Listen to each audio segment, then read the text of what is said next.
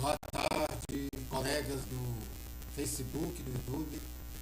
Hoje iniciaremos explanações sobre uma outra obra nossa em vias de publicação. Ela é denominada Semiologia Brasileira da Revisão do Humanismo. É um spoiler, porque ela não foi publicada e nós vamos fazer uma explanação rápida sobre o que iremos enfocar. Na obra anterior, logo na introdução, nós falávamos sobre o que nos moveu a fazer a revolução, sobre a fazer a dissertação, a discussão sobre a anunciação do roalescencismo. Logo na introdução, nós falávamos que, partindo de experiências pessoais e, na época, a questão da queda do muro de Berlim, onde se falava no fim da história. Quem falava isso era um historiador, filósofo japonês, o Fukuyama. Nele também, Fukuyama falava a morte do homem. Essa morte do homem era a morte do humanismo.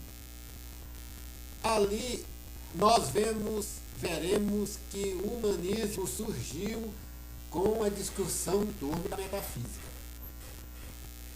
Logo no final, na segunda obra tratada da nossa explanação anterior, das nossas sessões, dos nossos vídeos anteriores, nós falávamos de Chardin, quando ele fala da questão do mal, e no final da sua obra, e antes disso, no início, quando ele fala que não queria ser metafísico na obra Um Fenômeno Humano. E nós começamos a discutir essas questões. De lá nós vemos a importância da ontologia e da lógica dentro da contestação metafísica. O nosso trabalho anterior era chamado sobre o descontínuo daquelas obras. E lá nós vemos que uma das grandes questões do mundo atual é a questão ética. E nela está a questão do humanismo. Essa questão carregada de metafísica. Nós falamos da metafísica na questão da lógica, que tem sua origem na metafísica, e falamos um pouco da ontologia. Ao final, nós fizemos uma grande dissertação sobre a ontologia a partir da dialética de Hegel.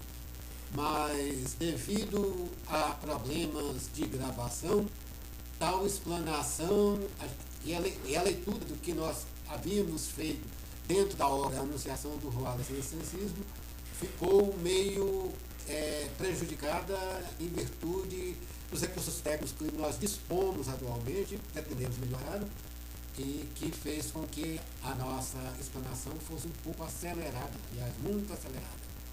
Tentaremos ler, porque para nós a questão ontológica na questão do humanismo é fundamental, na metafísica nós já vimos isso, e na ontologia nós vamos ver essa questão.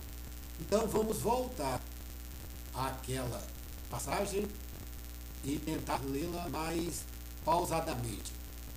Lá no livro Anunciação do Roalescencismo, nós falamos de um enxerto, porque ele não tinha muito lugar para ser colocado e era, dentro da estrutura lógica de que vimos expondo, era algo que foi enxertado com uma visão carregada de certa subjetividade, de uma visão mais pessoal nossa da questão. É sobre a dialética hegeliana. A dialética fundamental, ser e nada. A dialética é uma palavra que significa diálogo, também contradição, também confronto. A fundamental, ser e nada, ou vida e morte, ou ar e vazio, ruá. Ruá é sopro em hebraico e aramaico, também significa espírito. Eu sou aquele que sou, o tetragrama, Jeová ou Javé. Questão de pronúncia, mas o mesmo significado. O labirinto ontológico. Tudo é ser, pois até o nada é. A cópula é do verbo e indica o ônus fundamental. Para onde irei, longe do teu espírito, ou para onde fugirei da tua face? Se subir ao céu, tu lá estás. Se descer ao abismo, eis que tu ali estás também. Esse abismo nós entendemos como nada. Isso fala o salmista no Salmo 139 da Bíblia Católica, o 138 das demais denominações cristãs. capítulo 7, versículo 1. Agora, o ser nada, essa dialética fundamental, se transforma em vida. Aqui nós vemos certa divisão com relação ao que é visto tradicional, que a vida foi um processo de uma coisa anterior, mas a vida surgiu do nada, do ser nada. Isso na questão principalmente antropológica que nós vemos de Teilhard de Chardin, em que ele vai falando das condições e depois surgiu a vida, mas a vida, dentro da nossa visão, já vai ser do ser e do nada, a vida como toda a condição de existência. Mas a vida também do nada como sua morte. Mas a vida se desenvolve, por momentos também, pois acaba, mas tem a tendência de se desenvolver. Tem essa busca de ser ante nada. A dialética, a contradição, todas as contradições. Deus existe ou não é uma contradição que só se resolve no fim. Mas Deus é vida. Eu vim para que todos tenham vida, disse seu filho. Para a vida se desenvolver, tem que ter essa perspectiva de eternidade. Mesmo quem não crê, para sobreviver, tem que ter a esperança de amanhã estar vivo. Ou mesmo ficar adulto. Ou mesmo até 50 anos. Ou mesmo até 80. É um breve espaço de eternidade. É a vida, ser nada, com ser preponderando. Aqui é a prova ontológica da existência de Deus. Esse ser. E essa existência já é uma resposta ao início do parágrafo. A prova ontológica da existência de Deus. Essa perspectiva de eternidade ativa as células a produzirem adrenalina, endorfina ou serotonina.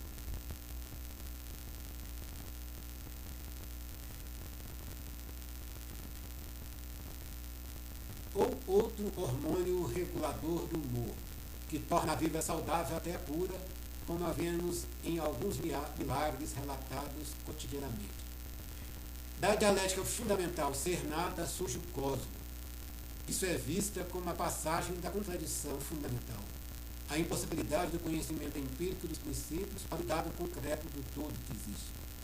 É surgimento da tese juntamente com o nous. Aqui nous, de novo, é esse ser, esse princípio já de pensamento que já existe.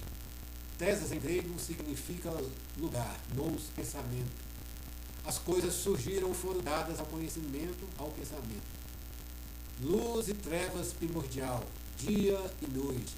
Luz e trevas aqui engloba também os buracos negros e as nebulosas, a luz e o obscuro. De noite vemos o escuro, fundamentos pontilhados de luz nos observatórios modernos, telescópios, veem luzes coloridas e névoa. Agora tudo buscam a ordem ou estão em ordem com a sequência de dia e luz. É o cosmo, a conjugação do lugar e da organização. Essa organização implica esse pensamento luz e implica esse ser primordial que vem antes do nada. Daí vemos o termo tese ser traduzido também como uma proposta passível de refutação.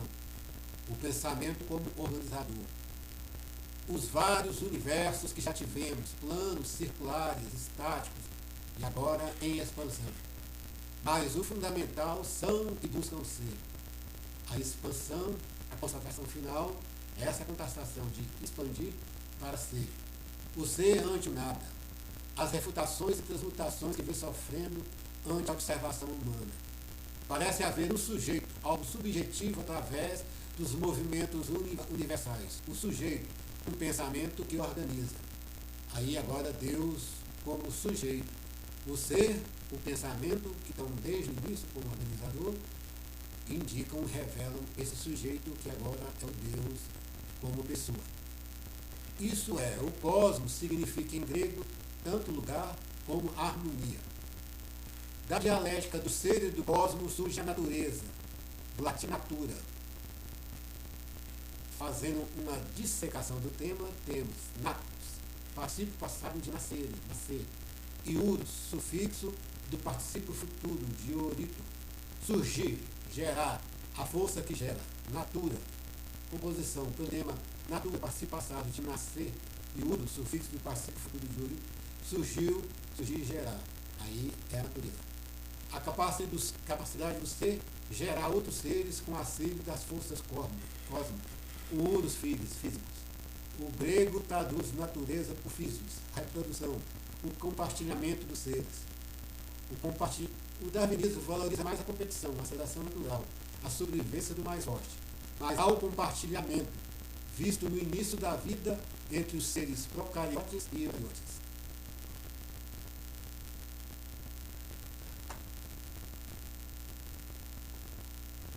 Havia uma tendência geral de considerar a natureza em si algo bruto, que segue uma força cega. Mas atualmente temos a natureza como uma parte sensível, que reage à violação de sua harmonia. Tem uma organização, uma racionalidade. E viu Deus que tudo era bom e surgente. Assim havemos, diante dos equilíbrios ambientais, essa ordem, o ser e o cosmos se desdobrando em outros viventes. Mas ainda assim é dialético, carrega em si os outros processos e produz uma síntese. Isto é, conserva o ótimo do processo anterior para uma complexidade maior. O ser e o nada continua na medida em que há uma revelação completa e total do processo. O nada se revigora na busca de sentido contínuo em se ver situações contingentes que necessitam de uma síntese maior e melhor. Muitos hoje falam do Big Bang, tendo como origem o nada da causalidade. Tudo veio do acaso. Mas há o reconhecimento de que o acaso se organizou de maneira cada vez mais complexa, de uma forma a se reproduzir, uma busca de eternidade, o sentido maior das seleções naturais biológicas. Por quê? Ser e nada, e na complexidade das formas que foram moldando nas eras até o desabrochar das vidas naturais, o ser preponderando, ser existir, busca de existente. A dialética do ser e da natureza gera a humanidade. Dentro de todos os seres vivos, o homem se destaca por sua racionalidade, o fato máximo da subjetividade, vontade e liberdade. De todos os animais é o mais frágil, é o que mais necessita se organizar em grupo para estabelecer sobrevivência, pois não dispõe da força física necessária para se estabelecer materialmente. Também, em consequência, não dispõe de um instinto aguçado. Então necessita da linguagem, uma expressão maior que o jogo de movimentos corporais instintivos. Do mesmo modo, precisa representar os objetos à sua volta para os outros de sua espécie, para se fazer entender. Precisa emitir um som para cada objeto. O simples grito gutural chamativo, persuasivo ou proibitivo animalesco não satisfaz. É preciso explicação, a linguagem. Aonde para os objetos, através das palavras, também os recria. Recria do nada, pois na natureza as coisas não vêm com uma denominação simples. Se apresentam, se manifestam. O homem, ao articular ciclos verbais para indicar que está materialmente à sua volta, participa da dialética fundamental ser e nada. No princípio era o verbo, e o verbo estava com Deus, e o verbo era Deus. Isso nós vemos no Novo Testamento, João. A vontade exteriorizada luta contra a sua fragilidade diante da morte. Para não morrer, tem que ter uma perspectiva de eternidade, mesmo a que seja eterno enquanto dure, pois tudo se esvanece. Tem a contradição dialética dentro de si. Mas esta perspectiva de eternidade é o fundamento ontológico. A dialética, essa contaminação não consta da nossa obra, mas na sua publicação, mas a partir de hoje, a dialética do ser e da humanidade gera a cultura, o espaço cultural do mundo, que hoje tem um tamanho maior que a própria natureza. Faz os antropólogos e biólogos indicar que nós estamos vivendo na era do antropoceno. Mas essa era está sendo vivida pela distorção. Essa distorção Hegel indica nas questões éticas da formação da consciência e da sociedade, na fenomenologia estudada, mas não desenvolve. Agora nós estamos vendo essa distorção, é que o espaço cultural do homem entrando em contradição com a natureza, entra em distorção com a humanidade, a ameaça. Né? Essa contradição da cultura, da humanidade com a natureza faz voltar a se defender o cosmo, o princípio do cosmo. E dessa distorção e dessa busca dialética da vida, volta-se de novo ao ser e nada, aqui no sentido de que, se não for resolvida positivamente dentro de uma perspectiva ontológica de ser, essa distorção pode gerar a própria destruição de tudo. Voltamos de novo num embate primordial em que agora as nossas atitudes podem ser a salvação. Aqui vai entrar essa questão da atitude humana, da ética, da prática. Algo que nem Hegel e nem Chardin desenvolveram muito em suas obras. Chardin ainda reconheceu. Hegel analisou naquela questão do desejo, mas o desejo depois, na enciclopédia, nós vamos ver que é um fator primordial para se estabelecer as questões dialéticas, mas Hegel não se debruçou, questões éticas, aliás, não é ética, Hegel não se debruçou sobre isso. Nesse sentido, nós vimos que Kant se debruçou mais sobre essa questão. Então, nós procuramos ver uma análise de Kant e com algum filósofo que mais atualiza essa perspectiva kantiana. Hegel tentou e conseguiu, em termos meramente especulativos, contrabalancear a Kant, mas não a aprofundou na época dele, né, essa questão. Ao nosso ver, quem mais se aprofundou da questão foi o filósofo Bergson, quando, nas suas obras, que vamos ver, Matéria e Memória e Evolução Criadora. Nós procuramos fazer uma correspondência dessas obras com as duas críticas de Kant, a crítica da razão pura e a crítica da razão prática. Aqui, na nossa visão, Kant ele foi mais detalhista na questão da ética, justamente quando ele fala na questão da prática. Hegel não indica muito na questão da prática individual das pessoas. Os marxistas e os existencialistas, principalmente Sartre, tiveram uma certa tendência dessa ética, o existencialismo da questão da liberdade humana. Essa questão da liberdade é fundamental para Kant também, mas Kant veio uma perspectiva maior que a subjetividade, e Sartre fala de uma ética puramente individual. E os marxistas, até inclusive, desenvolveram a chamada praxis, mas no campo da prática política, da prática da revolução, quando ainda se tinha uma perspectiva de que a revolução levaria ao fim da história, que seria o comunismo. Mas nós vemos que o fim da história foi declarado com a vitória do liberalismo por Fukuyama. E os movimentos que nós vimos por aquela época, que foi a queda do Muro de Berlim, indicavam mais ou menos isso. Mas nós, já na obra anterior, já vemos que essa perspectiva não se prevaleceu. Estamos voltando a ter uma crítica desse liberalismo com os movimentos agora mais de conotação nazi-fascista. É uma crítica do liberalismo capitalista, mas que procura manter a ordem social vigente. A única visão é que essa ordem social ela tem que ter um governo centralizador e duro. Ela se apropriou do cristianismo como uma sua maneira, o que nós já vimos já no final, que foi uma distorção dessa visão.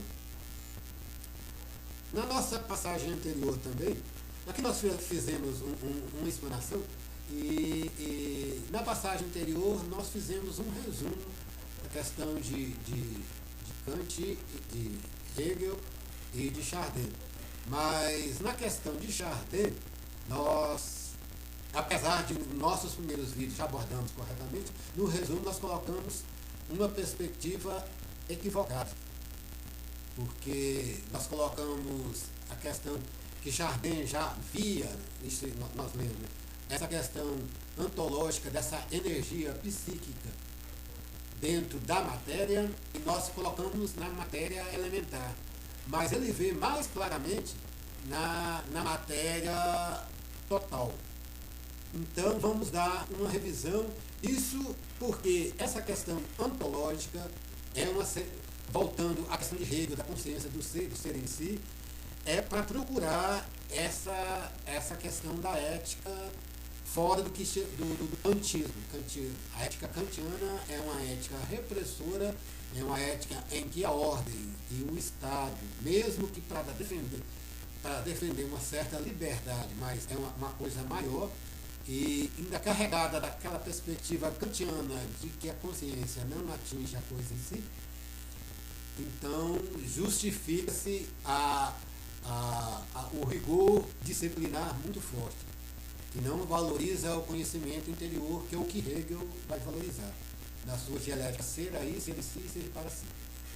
Aqui, Hegel vai ver essa energia psíquica já nos primórdios da matéria, como nós agora vamos ver.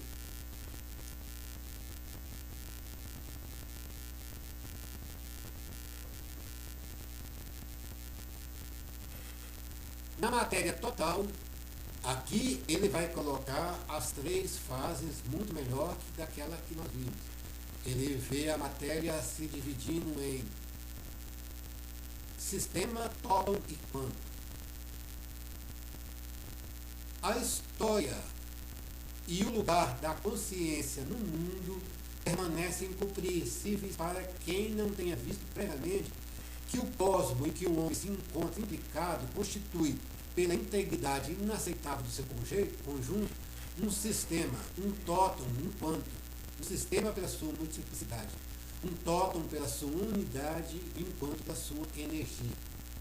Dos três, aliás, no interior de um contorno ilimitado, temos que fazer compreender o sistema. No mundo, o sistema é imediatamente perceptível para qualquer observador da natureza. A ordenação das partes do universo tem sido sempre motivo de deslumbramento para o homem. Ora, esta ordenação revela-se cada dia mais espantosa à medida que nossa ciência se torna capaz de um estudo mais preciso e mais penetrante dos fatos. Quanto mais longe e profundamente penetramos a matéria, graças a meios cada vez mais poderosos, mais nos confunde a interligação das suas partes. Cada elemento do cosmo é positivamente tecido de todos os outros, por baixo de si próprio, pelo misterioso fenômeno da composição, que o faz subsistir pela extremidade de um conjunto organizado, e em cima, pela influência recebida das unidades de ordem superior que o englobam e o denominam para seus fins. Impossível cortar nesta rede e isolar um retalho, sem que este se desfie e se desfaça por todos os lados. A perder de vista, em volta de nós, o universo se aguenta pelo seu conjunto. É apenas uma única maneira realmente possível de considerar tomá-lo como um bloco inteiro. Aqui nós vemos a onisciência de Deus. Ora, se considerarmos mais atentamente esse bloco, depressa, descobrimos nela algo mais que uma simples trama de ligações articuladas. Quem diz tecido, rede, pensa logo no interlaçamento homogêneo de unidades semelhantes, que é talvez impossível seccionar. Mas de que basta ter reconhecido o elemento e definido a lei para dominar o conjunto e imaginar a sequência por repetição? Cristal ou arabesco, lei de preenchimento válida para o espaço inteiro. Espaço que numa só malha se encontra inteiramente concentrado. Nada de comum entre essa estrutura e a matéria. Em ordens diversas de grandeza, a matéria nunca se repete nas suas combinações. Por razões de conveniência e simplicidade, apraz-nos por vezes imaginar o mundo como uma série de sistemas planetários que se sobrepõem uns aos outros e se escalonam infinitamente pequeno ou infinitamente grande. mais uma vez os dois abismos de Pascal, mas é apenas uma ilusão. Os invólucros de que se compõe a matéria são fundamentalmente heterogêneos uns em relação aos outros. Círculo ainda nebuloso dos elétrons e outras unidades inferiores. Círculo mais definido dos corpos simples, onde os elementos se distribuem em função periódica do átomo de hidrogênio. Círculo mais adiante das inesgotáveis combinações moleculares. Enfim, por salto ou reversão do ínfimo ao imenso círculo dos astros e das galáxias. Estas múltiplas zonas do cosmos englobam-se sem se imitarem, de modo que é absolutamente impossível passar de uma a outra por simples mudança de coeficientes. Aqui, nenhuma reprodução do mesmo tipo em cada escala diferente. A ordem e o desenho já aparecem no conjunto. A malha do universo é o próprio universo. Aqui nós vimos a onipresença de Deus. Deus está em tudo. E agora, se essa unidade natural do espaço concreto se confunde realmente com a totalidade do próprio espaço, é em relação ao espaço inteiro que devemos tentar redefinir a energia. Isso nos leva a duas conclusões. A primeira é que o raio da ação próprio de cada elemento cósmico deve ser legitimamente prolongado até os limites do mundo, pois que o átomo, dizíamos assim, é naturalmente coextensivo. Ele vai falar dessa energia que para nós é a potência de Deus, que nós já vimos na expansão do universo e na formação do tudo. Mais na frente ele vai falar que essa energia é uma energia psíquica e que ela busca prolongar a duração. Mas esse ponto não adquire plenamente o seu novo sentido se não procurarmos defini-lo em relação ao movimento natural concreto, isto é, na duração. E as coisas no universo buscam se desenvolver de formas mais complexas e se expandir para garantir essa duração que se vislumbra na eternidade, aqui na onipotência do ser e a onipotência de Deus. Dos dois lados, aqui vai se passar a nossa próxima obra, que nós estamos analisando, que é Bergson. Então, ele vai ver essa energia como um elan vital, algo que está na matéria, na memória e na evolução criadora. Na memória, na época dele, não tinha essa análise dos neurônios. Olha, os neurônios funcionam a partir de descargas elétricas também. Os neurotransmitores são hormônios que ajudam a transmitir essas descargas. É uma forma dessa energia vital, desse elan vital. E isso também é visto na passagem para a evolução criadora. Kant, ao ver essa ordem, vê uma ordem material, mas superior a essa capacidade de conhecimento. Na época dele não tinha se desenvolvido, como Chardin já viu, a questão do átomo, das análises atômicas, se esclareceram mais os compostos químicos, inclusive a química, a sua origem era utilizada por meios esotéricos, indicando alguma coisa, mas depois se tornou uma ciência, né? O Foucault analisa muito bem essa transposição da Idade Média para a Idade Moderna. E nessa química se forma a consciência humana. E essa consciência humana, ela foi capaz de atingir a coisa em si. Senão, não teríamos a evolução da energia atômica, da televisão, é o que mais nos vê, né? Das transmissões via satélite, tudo, foi a partir desse conhecimento da coisa em si. Aqui é que vai entrar o nosso disconstrutivismo. O disconstrutivismo, por outro lado, ele tem uma 360 um pouco para fazer contrabalançar ao estruturalismo, e um dos seus maiores expoentes é o filósofo Deleuze. Foucault pode ser considerado o último grande filósofo estruturalista e que já tinha uma linha mais independente de análise. Deleuze vai, junto com Guattari, vai propor esse desconstrutivismo. E ele vai ser influenciado muito nessa questão da memória de Bergson, nessa questão dessa liberdade da memória. Então, aqui a gente vai entrar na nossa visão. essa visão de matéria e memória, e ainda mais agora com as recentes, os recentes problemas ambientais, em que vários cientistas estão vendo que essa contradição, essa distorção entre o espaço humano e a natureza, essa contradição em que, a partir de uma visão meramente humana, tradicional, do humanismo, vindo lá da Idade Moderna, pode estar gerando a própria destruição do homem. Essa morte do homem, falada por Fukuyama, não tinha muito essa perspectiva. Ele tinha a perspectiva como o fim do humanismo, de que o homem não tinha mais um problema, não era mais um problema para a filosofia, o homem.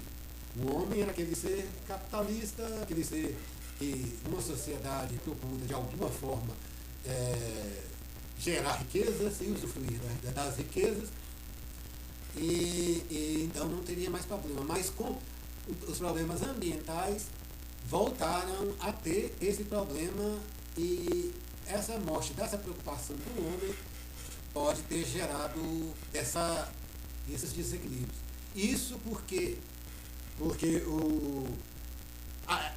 esse homem estabilizado na Idade Moderna, historicamente, não que os filósofos viram, e Kant foi mais ainda, Kant é um filósofo totalmente centrado na consciência e voltado para as questões que, a partir do momento, dentro de uma outra perspectiva, a partir do momento que o homem não consegue mais ter um conhecimento concreto da humanidade, só o que ele cria que tem validade.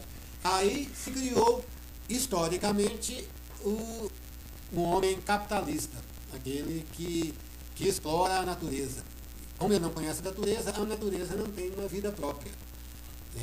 É uma coisa em si que não consegue atingir, ele só atinge aquilo que ele representa, então não tem essa validade. Agora, a natureza tem uma vida própria.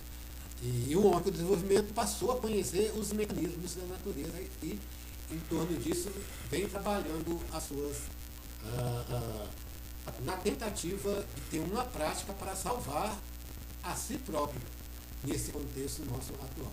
Aqui volta de novo uma questão ética, mas agora unida nessa questão vital, é nosso próximo trabalho. A nossa orientação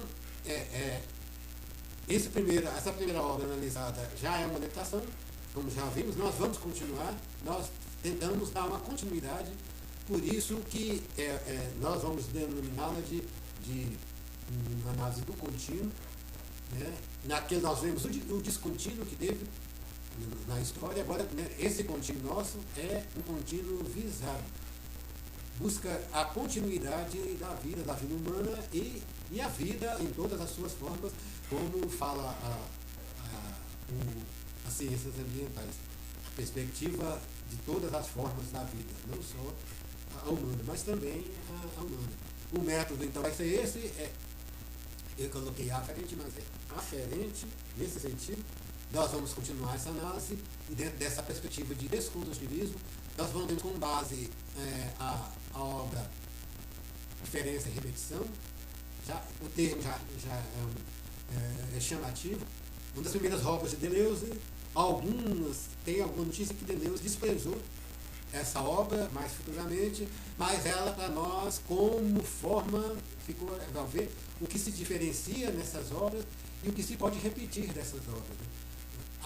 Nosso desconstrutivismo é dentro disso, de procurar ver as diferenças, o que não se pode prolongar, e a repetição no sentido que ainda é válido, tanto em Kant quanto em Bergson. Bergson, nós vamos ver Matéria e Memória, ele tem uma análise do sistema nervoso ainda muito sem a perspectiva da neurociência, dos neurotransmissores, e nós vamos ter uma outra, vamos ter também uma arqueologia, tipo arqueologia do saber que nós vemos na outra obra. Mas agora nós vamos ter a semiologia. A semiologia vai ser um pouco do conteúdo, porque vai ser valorizar a questão humana a partir dos processos cognitivos, e na questão da forma que nós vamos analisar obras audiovisuais importantes. As obras audiovisuais evoluíram muito, e principalmente com o cinema, a televisão, elas têm um impacto muito grande em toda a vida humana aqui.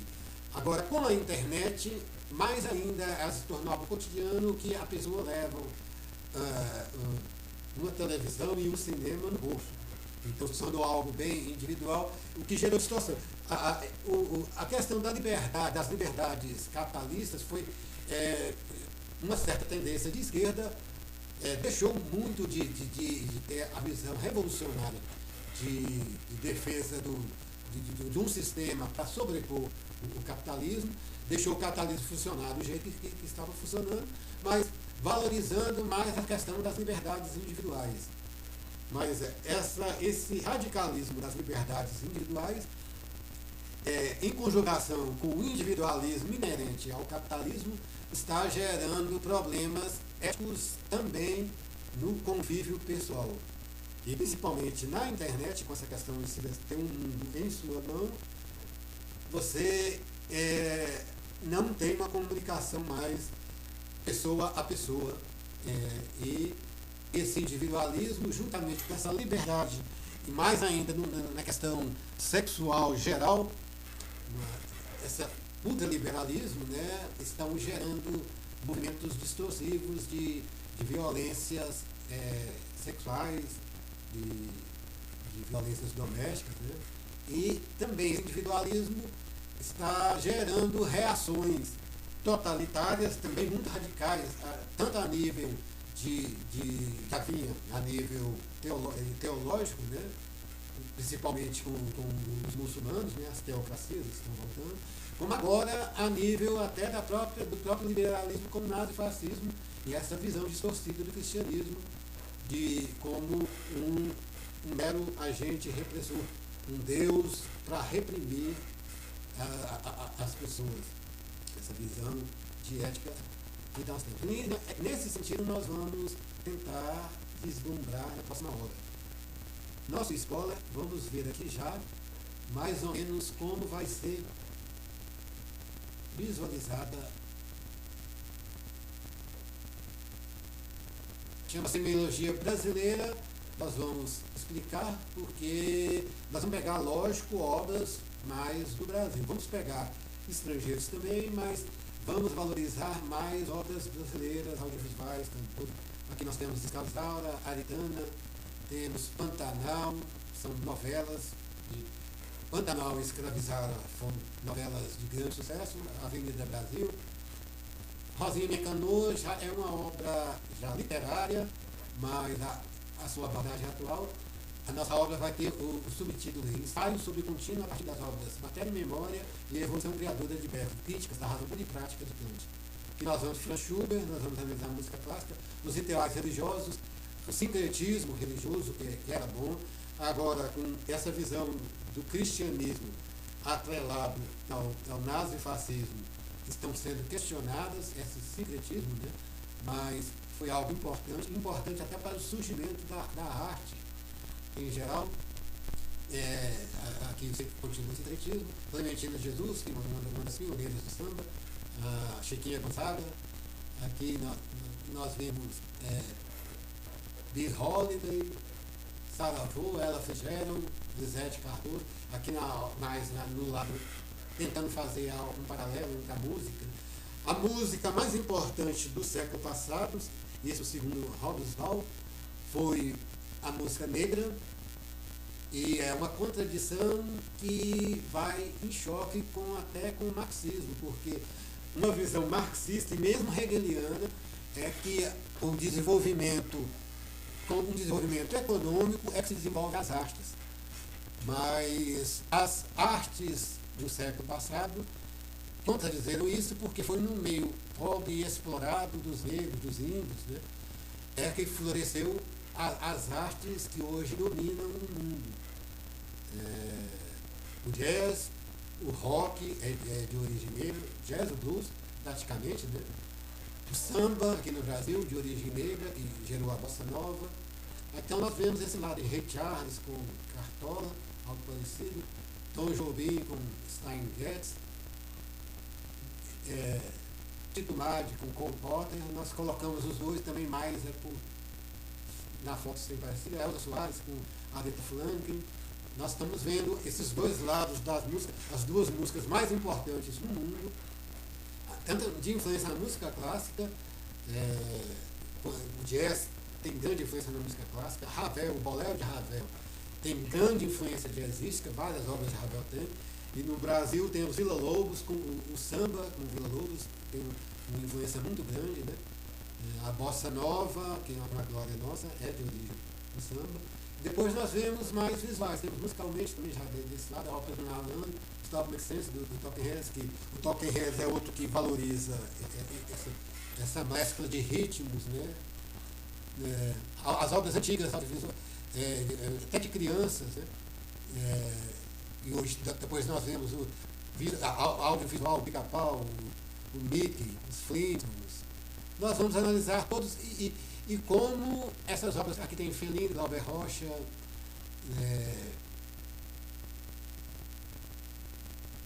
o autor de Je vous salue Marie, do cinema novo, Jean-Luc Godard, Alfred Hitchcock, as séries de TV. As séries de TV, muito importante, principalmente Daniel Boone, nos pioneiros, na formação de uma certa direita, vamos dizer, cowboy, né?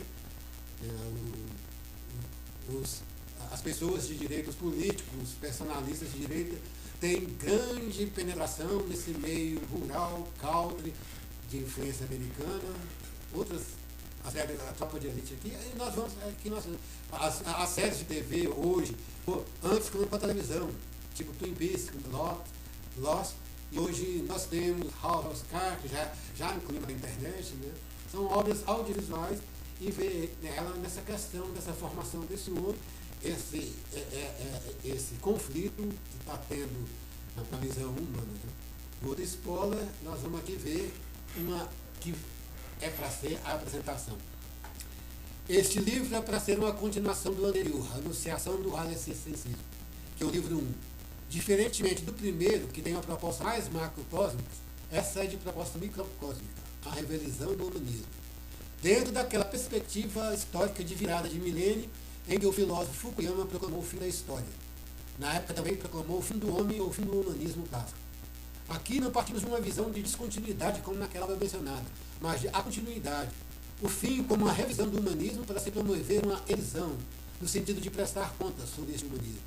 E quanto lá, na primeira aula, procuramos utilizar a estética desse construtivismo, principalmente de Deleuze, aqui nos utilizamos da semiologia, principalmente da semiologia que conhecemos a partir dos anos 60 do século XX passado, que teve seu início nos estudos linguísticos de Saussure, onde o mesmo foi primeiro a utilizar as terminologias signo, significante e significado, e cujo principal expoente foi Humberto Eco.